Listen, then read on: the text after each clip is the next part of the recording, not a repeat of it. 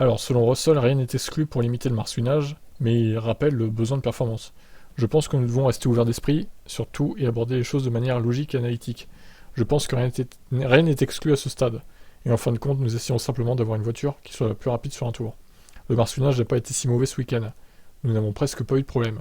C'est juste le fait de rouler très près du sol pour obtenir de la perfo qui est problématique.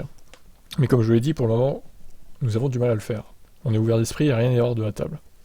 Russell comprend que personne au sein des équipes n'ait voulu changer les choses sur le plan technique. Les teams ne connaissent pas encore bien les F1 2022 et aucune d'entre elles, ne veut voter pour des modifs qui apporteraient des changements massifs.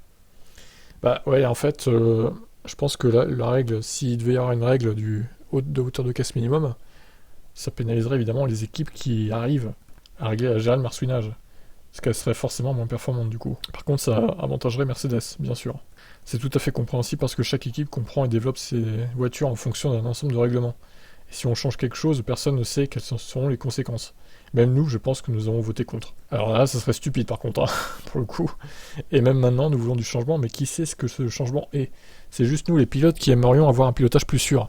Surtout quand vous allez à 300 km/h entre les murs, et que vous pouvez à peine garder la voiture en ligne droite. Je ne pouvais même pas voir mon panneau des stands, la voiture bougeait trop. En Formule 1, on dispose de la technologie nécessaire pour résoudre ce problème en un claquement de doigts, je crois. Comme je l'ai dit, personne ne cherche à tirer profit de cette situation. Nous cherchons simplement une solution plus sûre et plus facile. Allez, suspension active, c'est parti. Let's go. Bon après, malheureusement, ça serait pas avant 2023, ça. Hein. Il faudra encore se taper 2022 avec des courses de merde pour Mercedes et un duel Red Bull-Ferrari. Bon, écoutez, on verra ce que ça donne, mais il n'y a pas que les pilotes Mercedes qui gueulent. Sur le marsouinage. Ça commence à énerver pas mal de monde. Je vous laisse réagir, ciao.